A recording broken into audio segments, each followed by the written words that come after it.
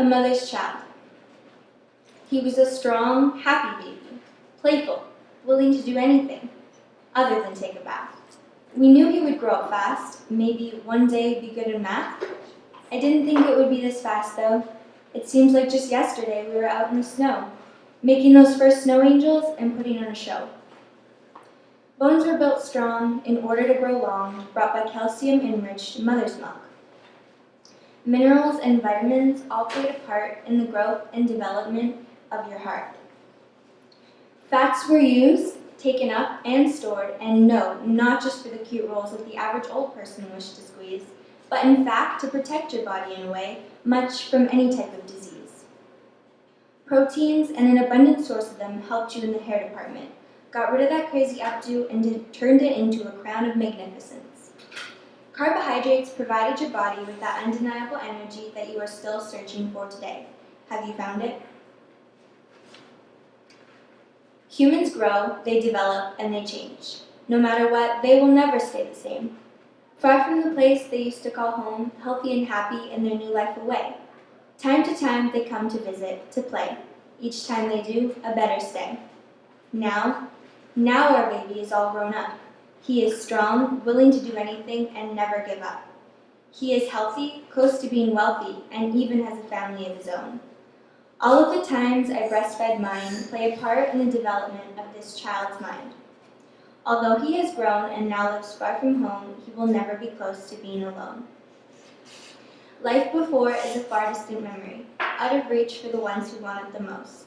But before anything at all, it was your mother's nourishment that did it all. It kept you healthy, it kept you safe, things you weren't aware of in all good sake. Thank you.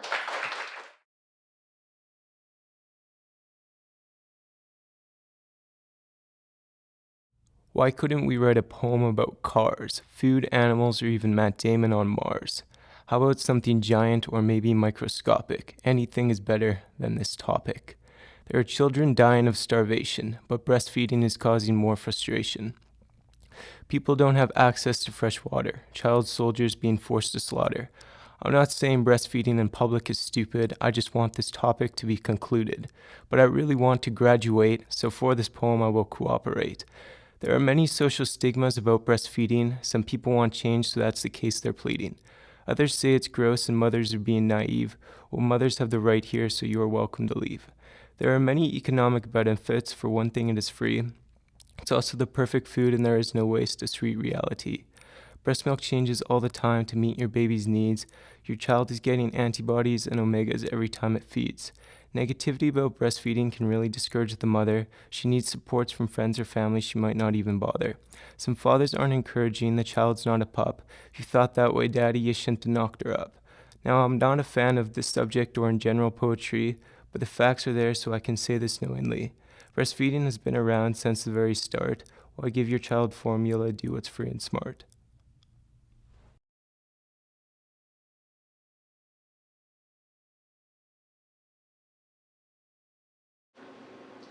Unacceptable, not satisfactory or allowed. A mother feeding her child in front of you, not satisfactory or allowed. Unacceptable. Acceptable, able to be tolerated or allowed, being the only species on Earth to drink from another species' milk. Able to be tolerated or allowed, acceptable.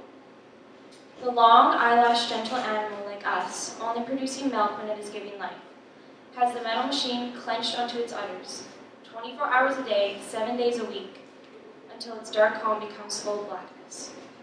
To cover the sight of crying animals full of filth and disease, we contain them.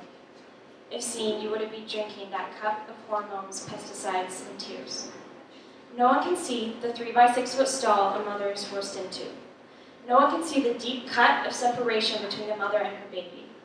No one can see the irony of being offended by public breastfeeding, yet taking something so viciously that was never intended for us. Everyone can see our kids being filled full with the acceptable. Have you got heart disease, got type 2 diabetes, got anxiety, got attention deficit disorder, got fibromyalgia, got osteoporosis, got allergies, got autism, got cancer, got milk?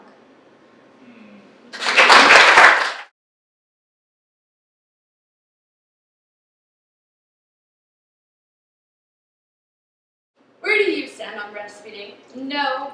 Wait, don't tell me. I don't need to know. Do you know why I stopped you? I stopped you because I'm not here to listen to what you have to say. I'm here to enlighten you with what I believe will blow your socks off, along with my personal opinion, of course. How could I forget that? Well, I believe it's the mother's right to choose if she wants to breastfeed or not. A choice once chosen, the mother should never be judged upon. It's her life, her decisions, her consequences, it's her body.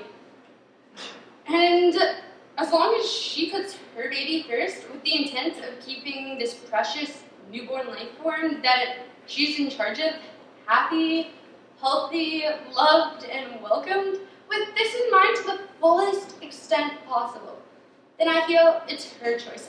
And don't you dare judge her. You have been warned. She is stubborn. She will stand her ground, and she will stand proud, feeding her baby however she sees fit. Where do you stand on breastfeeding? No, wait, I don't need to know. Phew.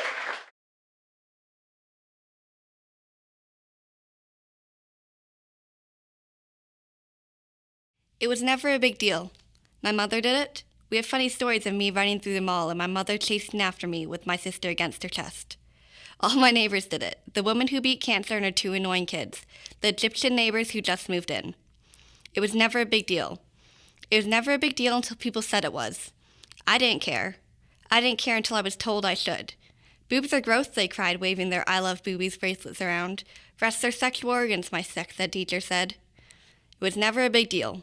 Boys had it easier, I decided, and off I went, dressed in baggy clothes and baseball caps to hide my womanly chest.